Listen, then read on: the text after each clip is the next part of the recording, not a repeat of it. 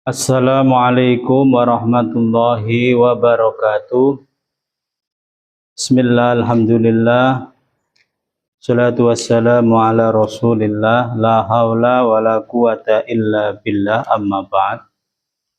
Hadratil muhtaramin, sahabat-sahabatku sekalian dimanapun berada, memasuki malam yang ke-16 di bulan Ramadan ini, kita masih diberi kesempatan oleh Allah untuk istiqomah dalam menjalankan kewajiban kita berpuasa, mengisi malam-malam kita dengan tarawih, dengan kajian. Semoga kita diridhoi oleh Allah.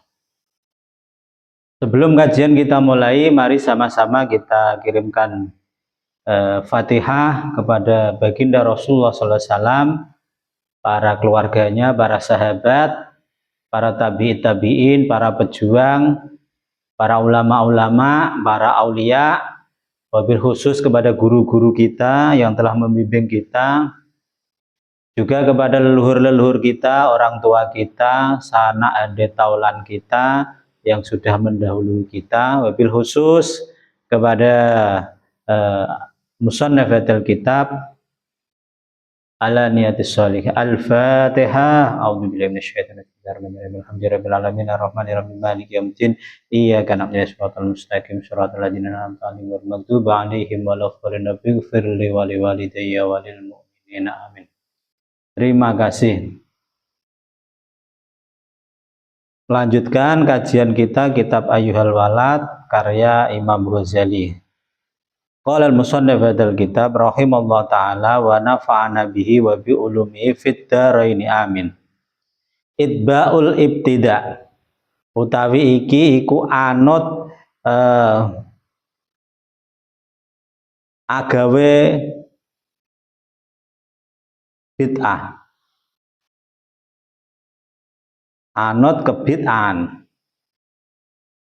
Ayyuhal walad,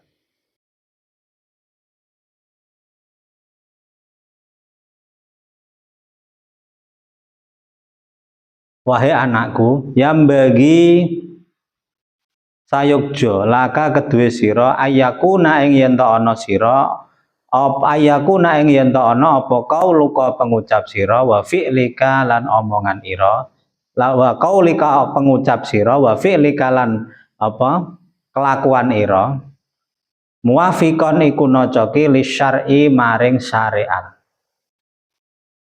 Idil ilmu karena saat temene utawi ilmu wal amalulan amal bilak tidak isyari kelawan tanpa anut aturan syariat iku dzalalatun kesasar.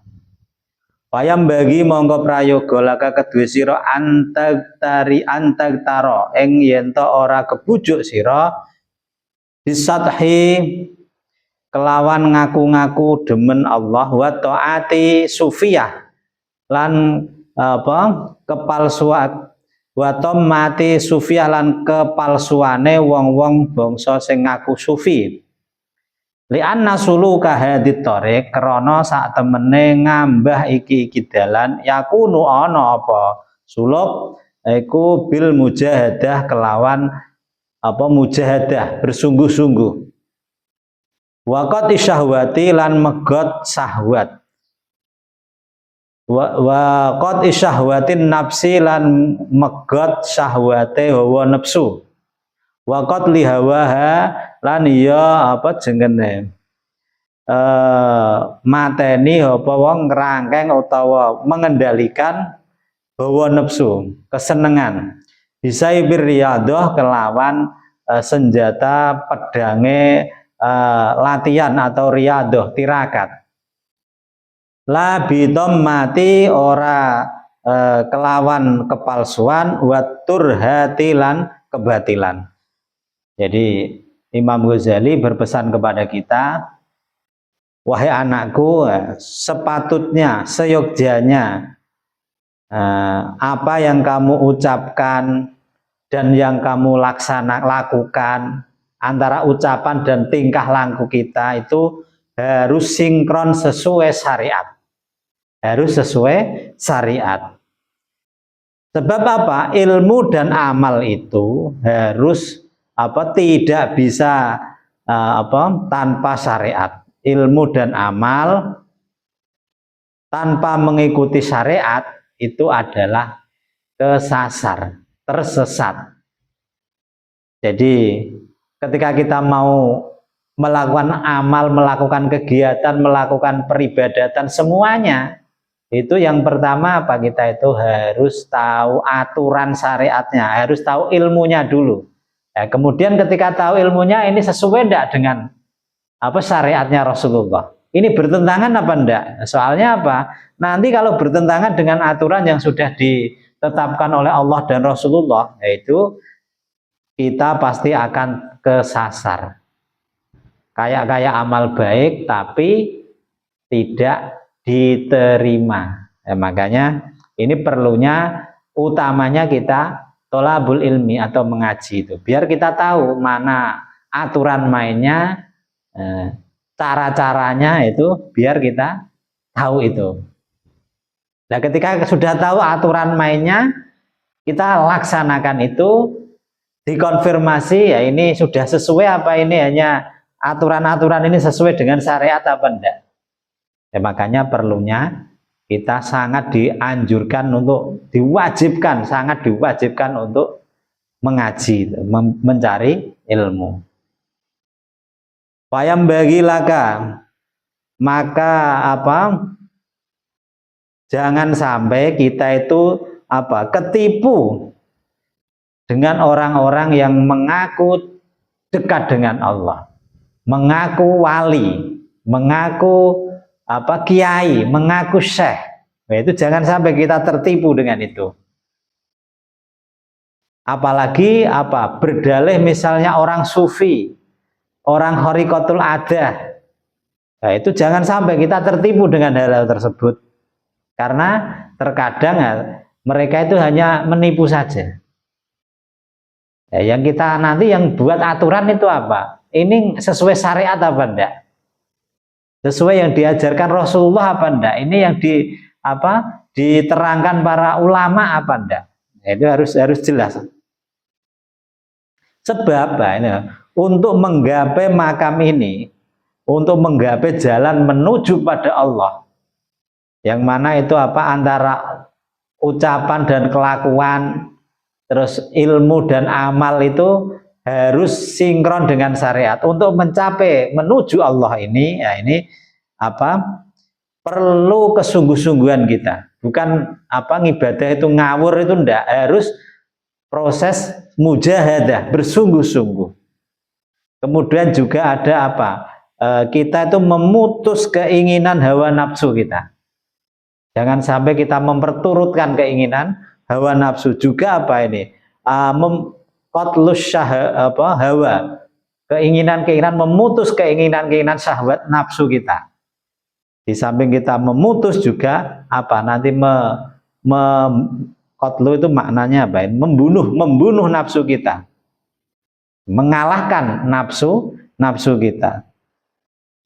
Nah, dengan apa caranya kita mengalahkan nafsu ataupun memutus keinginan itu dengan senjata kita, yaitu berupa senjata atau pedang latihan, dengan tirakat, dengan riyadhah. Di samping mujahadah juga harus riyadhah. Soalnya kita kalau riyadhah kita itu ya puasa, terus menahan keinginan kita. Ketika punya keinginan itu kita tahan dulu, itu bagian berat, itu bagian riyadhah atau tirakat. Tidak hanya dengan jubah-jubah kepalsuan atau kebatilan. Ya, berdalih misalnya orang pakai pakaian kayak syekh, pakaian jubah, pakaian gini, terus kita anggap itu gini, bisa ini.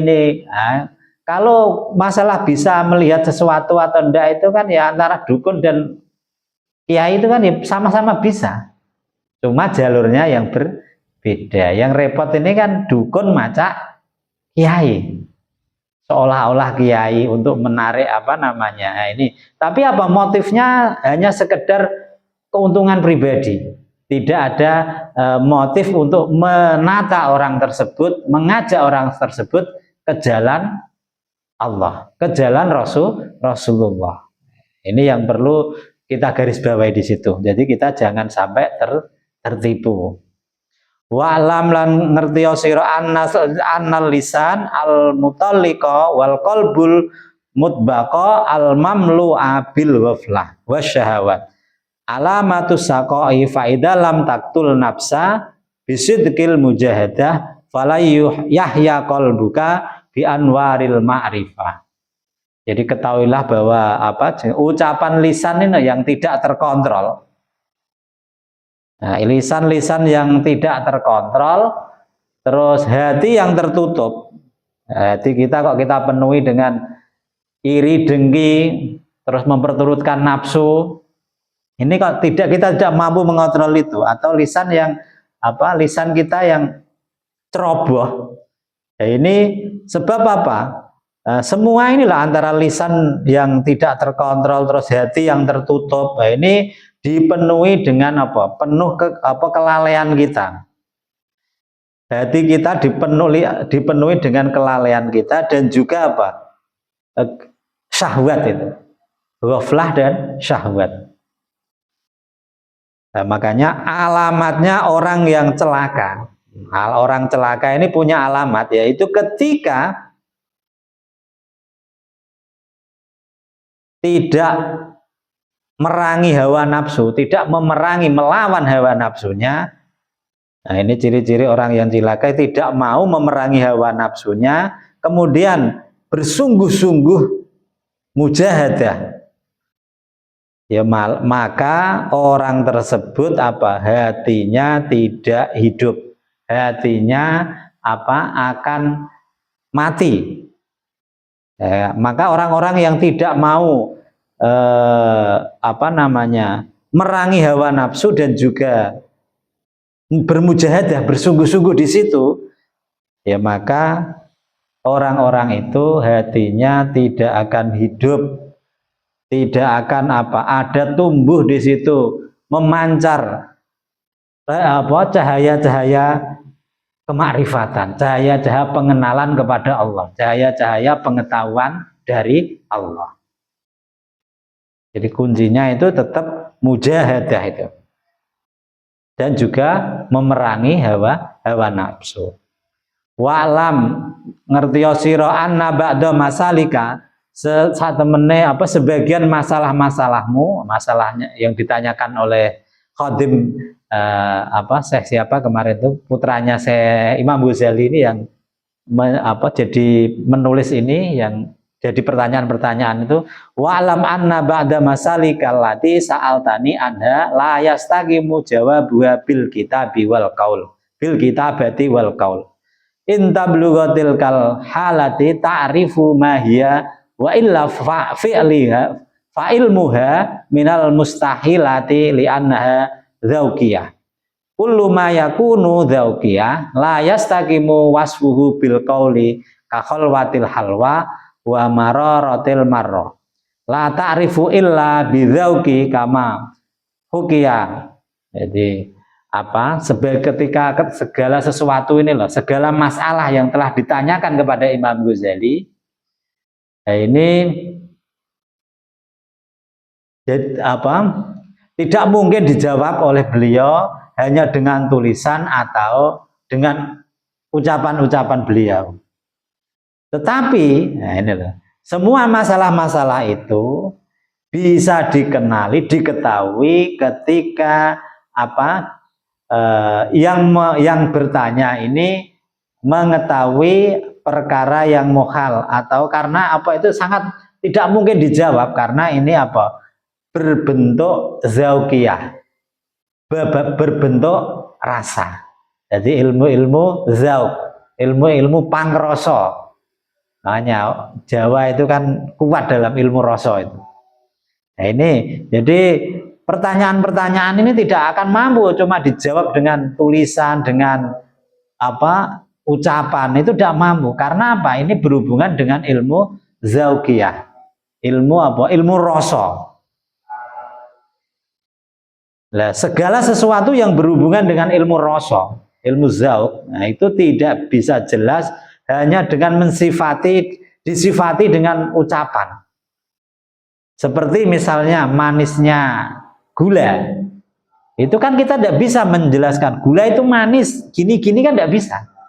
Ya paling tertulis gula itu manis atau apa ini pahit, pahitnya sesuatu itu kan kita bisa, tapi untuk menjelaskan dengan ucapan atau dengan tulisan itu tak akan mampu kecuali yang bertanya apa namanya ini menjelaskan apa yang bertanya disuruh mencoba, oh ini gula ya, ini apa garam ya, asin ya, itu harus dirasakan. Nah itu juga dengan pengalaman-pengalaman dzauqiyah, pengalaman-pengalaman rohani itu seperti itu. Kama hukiya anna ini nan kataba ila sahibi lahu an arafni ladzatil mujamaati kaifa takunu fakataba lahu fi jawabi ya fulan inni kuntu hasibtuka aniyan faqat wal ana araftu annaka inina wa amhaqo li anna hadzal ladzah dzauqiyah intasola ilayya ta'rifu wa illa lam yastaqimu wasfuha bil qauli wal kitabah. Ini di apa diceritakan, nah ini kama hukia diceritakan bahwa ada orang yang misalnya apa punya penyakit apa, punya kekurangan apa ya, impoten. Orang mempunyai penyakit impotensi, ya, mempunyai itu apa bertanya apa menulis surat kepada kawannya untuk menjelaskan nikmatnya bersetubuh dengan istrinya. Orang yang apa punya penyakit impoten menulis surat kepada temannya untuk menuliskan apa, menulis kenikmatan bersenggama dengan istrinya. Kaifatakunu, bagaimana ini? Nah, kemudian kawannya ini lalu menulis, memberi jawaban. Hei fulan, ingkunta hasibtuka inian fakot.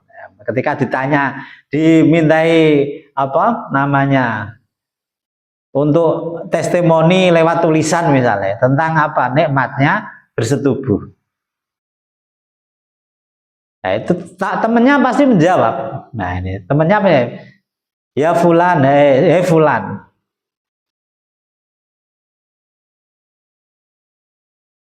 Nah, ya fulan, ing kuntu, aku mengira bahwa dirimu ini hanya yang kena apa mempunyai kekurangan impoten. Hanya aku menyangka dirimu itu hanya apa punya kekurangan apa penyakit impotensi. Tapi ternyata sekarang saya tahu bahwa kamu ini di samping impoten juga goblok atau dungu. Nah ini ditanya suruh menjelaskan, lawang apa babakan nikmatnya orang bersetubuh dengan bersenggama dengan istrinya kok disuruh nulis. Itu dijawab, aku tuh apa sekarang aku tahu bahwa kamu ini loh di samping impoten ini juga kamu itu orang yang goblok. Liana lah, sebab apa kok dikatakan goblok atau ini dungu? Ya, sebab kenikmatan yang berupa rasa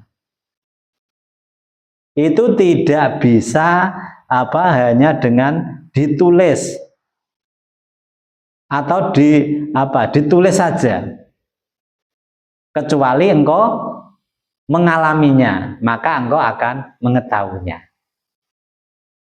Nah ini jadi misalnya ada orang yang belum nikah, tanya orang nikah itu gimana nikmatnya, itu kan ya sama-sama rasa itu tidak bisa dijelaskan. Ya sama juga kamu minum kopi ini nikmatnya bagaimana kan tidak bisa ditulis.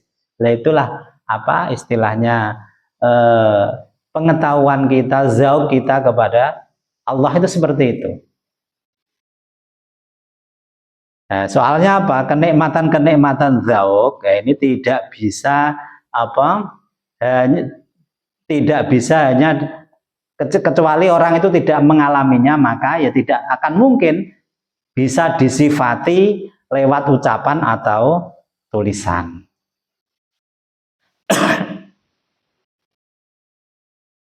Anasirul kamali utawi iki iku apa injen-injene kasampurnan.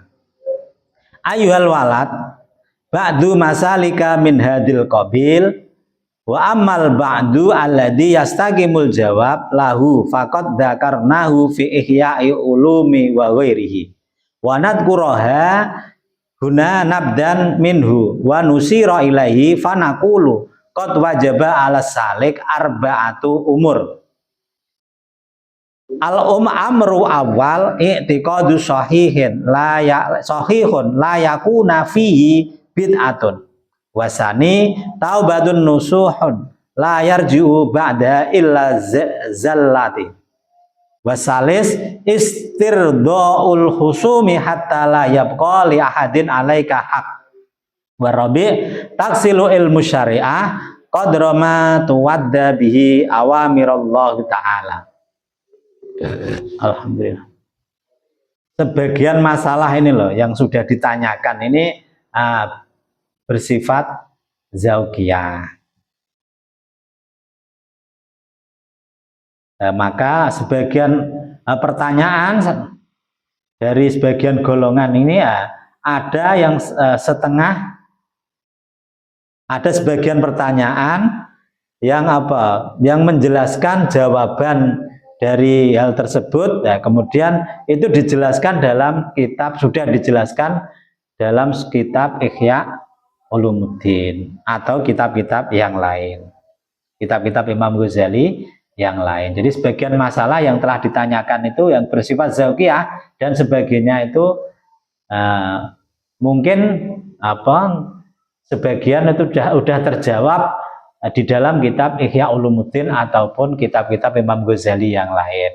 Banyak kitab Imam Ghazali ya, ada Kimya Sa'adah, Minhajul Arifin, Bidayatul Hidayah dan lain sebagainya itu ada di situ. Dan semuanya itu sari-sarinya disarikan, kemudian dikumpulkan. Kemudian ini dalam pengetahuan yang kemudian Imam Ghazali qad wajaba 'ala salik, dan diwajibkan, wajib bagi seorang penempuh jalan ini, seorang salik, orang yang menempuh jalan makrifat kepada Allah, mengenal kepada Allah. Ini harus melewati 4 perkara. Seorang salik harus terbagi harus melewati 4 perkara. Yang pertama yaitu i'tiqadus shahih la yakunu fihi bid'ah. Orang yang pertama ini harus mempunyai i'tiqad, keyakinan yang benar. Keyakinan yang benar, mempunyai hati yang benar. Jangan asal-asalan, belum tahu kayak sudah tahu. Ini tidak punya ilmunya udah cerita. Harus punya keyakinan yang yakin dari dalam hati. Ini keyakinan yang benar, i'tikad yang benar, dan tidak di dalamnya tidak ada bercampur dengan hal-hal yang berbau bid'ah, ngarang-ngarang. Itu tidak boleh. Itu seorang salik itu harus mempunyai keyakinan yang benar, keyakinan akan pengetahuannya, ini sumber keilmuannya, guru yang membimbingnya itu harus jelas semua.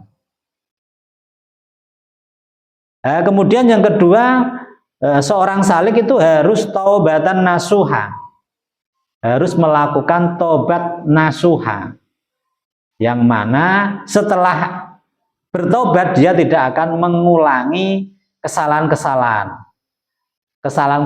yang lalu diulangi lagi, enggak. Jadi pokoknya ketika yang semua yang bersifat maksiat, semua yang tidak sesuai itu tinggalkan semua, ditobati semua. Terus yang ketiga, istirdaul husum hatta la yabqa li ahadin alaika haq. Meminta ridho kepada musuh-musuhnya. Ketika dia punya musuh, meminta maaf, meminta ridho. Kemudian ketika ada harta-harta orang yang nyangkut pada dia, yaitu meminta keridoan atau kalau haknya orang itu kita tunaikan dulu. Itu yang ketiga ini. Yang keempat, harus tahsilu ilmu syariah qadra ma tu'addabi awamirullah ta'ala. Harus menghasilkan ilmu syariat, harus belajar dan menekuni ilmu syariat. Sebagaimana ilmu syariat, sekiranya ilmu ini cukup untuk dia menjalankan perintah-perintah Allah, tahu tata caranya sholat, tahu tata caranya wudhu, kemudian juga di summa minal ulumil akhor matakunu bihin najah, juga keilmuan-keilmuan yang lain, ilmu muamalah, ilmu berteman, ilmu itu harus dipelajari dulu. Untuk ilmu ibadah hubungannya dengan Allah itu secara syariat aturannya dipelajari dulu, kemudian juga mempelajari ilmu-ilmu yang lain supaya dia selamat. Nah, ini syarat orang menuju kepada ma'rifatullah, mengenal lebih jauh kepada Allah. Hukia Anas Sibli, ya, ini diceritakan ada waliullah bernama Imam Sibli rahimahullah ta'ala, khodama arba'u mi'ati ustadin wa qala qara'tu arba'ata ala fi hadisin summah tartu minha hadisan wahidan wa amiltu bihi wa hallaitu ma siwahu li'anni ta'ammaltuhu fawajjatu kholasi wa najati fihi kana ilmul awwalin wal akhirin kulluhu mundarijan fihi faktafaitu bihi wa dzalika anna Rasulullah sallam qala li ba'di ashabi i'mal li dunyaka biqadri maqamika fiha wa amal li akhiratika biqadri baqaika fiha wa amal lillahi biqadri hajatika ilaih wa amal linnar biqadri sabrika alaiha. Nah, ini diceritakan bahwa Imam Sibli, seorang waliullah, itu telah mengabdi, berkhidmah kepada 400 guru. Wah, ini luar biasa, ini udah berkhidmah kepada 400 guru. Kemudian beliau berkata, Imam Sibli, aku telah membaca 4000 hadis yang kuamalkan. Jadi dia itu belajar hadis, kemudian diamalkan. Karena setelah aku melakukannya, setelah beliau hadis 4000 ini juga amalkan, ini kemudian dia sampai pada sebuah kesimpulan ketika dia ta'amul, berpikir, berangan-angan. Maka aku menemukan keselamatan, beliau menemukan keselamatan dirinya dalam satu hadis. Ada hadis dari 4000 itu menemukan hadis yang setelah diangan-angan, lah ini yang tepat ini.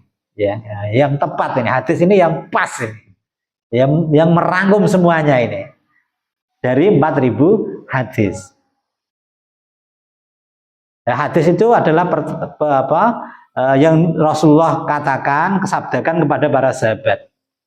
Apa itu? I'malu lidunyaka biqadri maqamika. I'mal, bekerjalah untuk duniamu sesuai biqadri maqamika, sesuai kedudukanmu di dunia. Jadi bekerjalah sesuai kedudukanmu di dunia. Kemudian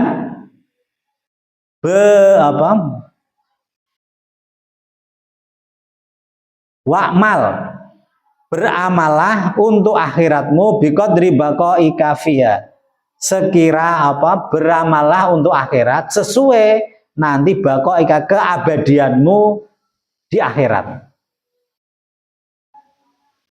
Beramalah untuk Allah, kemudian beramalah kita karena Allah, untuk Allah, sebagaimana kita sangat butuh kepada kebutuhan kita kepada Allah. Kemudian kamu terserah beramalah untuk nerakamu sebagaimana kemampuanmu mampu sabar di dalam neraka. Jadi kita ini Kesimpulannya di sini dari hadis-hadis 4000 yang dipelajari Imam Shibli itu. Dan makanya ketika kita bekerja di dunia ini, kita juga harus tahu batas. Jangan sampai sifat rakus kita ini, yaitu mengalahkan terus tidak mengenal halal haram. Kita ambisi yang keterlaluan. Kita bekerja sesuai batas, sesuai kemampuan. Sekedar misalnya untuk bekal kita untuk beribadah. Kalau memang kita dikasih lebih, ya kita malah punya kesempatan untuk beribadah lebih banyak lewat harta kita. Jangan sampai kita itu bekerja kayak seolah-olah ini karena dunia ini memabukkan. Dunia itu misalnya kita rasa kurang, akan terus kurang. Makanya kita tahu, aku bekerja kok siang malam tidak ada istirahatnya, waktu ibadahku terganggu, banyak yang ibadah-ibadah terlewatkan. Nah ini kan saya ini masa aku mau hidup 200 tahun misalnya. Ya kan kita ada batasnya. Lebih-lebih ketika kita udah lebih ke 40 ke atas itu ya harus lebih meningkatkan ubudiyah. Kemudian ketika kita beramal, itu kalau beramal harus merasa kurang kita. Soalnya ini akhirat ini kan abadi. Takutnya kalau nanti kita beramal di dunia ini asal-asalan, kita nyesel di sana. Ya dapat sih surga misalnya, tapi nggak dapat fasilitas. Karena minimnya amal, kita cuma lolos saja. Ya kan nanti kita di sana akan nyesel. Kemudian ketika kita beribadah karena Allah, ini sebagaimana kita butuh lah. Kita ini sangat butuh kepada Allah. Kita sangat butuh kepada Allah, berarti ketika kita beramal itu ya sungguh-sungguh bagaimana kita berlomba-lomba meningkatkan kedekatan kita kepada Allah. Kalau kita mau bermaksiat, ya apakah aku nanti kuat di neraka? Harus berpikir gitu. Iya ya, aku kok pengen maksiat, pengen ini. Kira-kira nanti ini membawa aku ke neraka, ketika dibakar di neraka, disiksa ini mampu apa enggak ya? Nah, itu harus kita ketika mau berbuat maksiat ingat siksanya Allah. Ketika kita beribadah kepada Allah, ingat bahwa kita itu sangat butuh kepada Allah. Ketika sedang beribadah untuk akhirat, ingat bahwa kita di sana itu nanti selamanya. Ketika di dunia bekerja untuk dunia, ya kita ingat bahwa dunia ini hanya perantara menuju keabadian di akhirat. Wallahu a'lam bishawab. Semoga bermanfaat. Apabila ada kekurangan, kesalahan itu murni dari kebodohan kami. Apabila ada kebenaran itu adalah pertolongan dari Allah. Cukup sekian. Wabillahi taufik wal hidayah wa ridha wal inayah. Wassalamualaikum warahmatullahi wabarakatuh.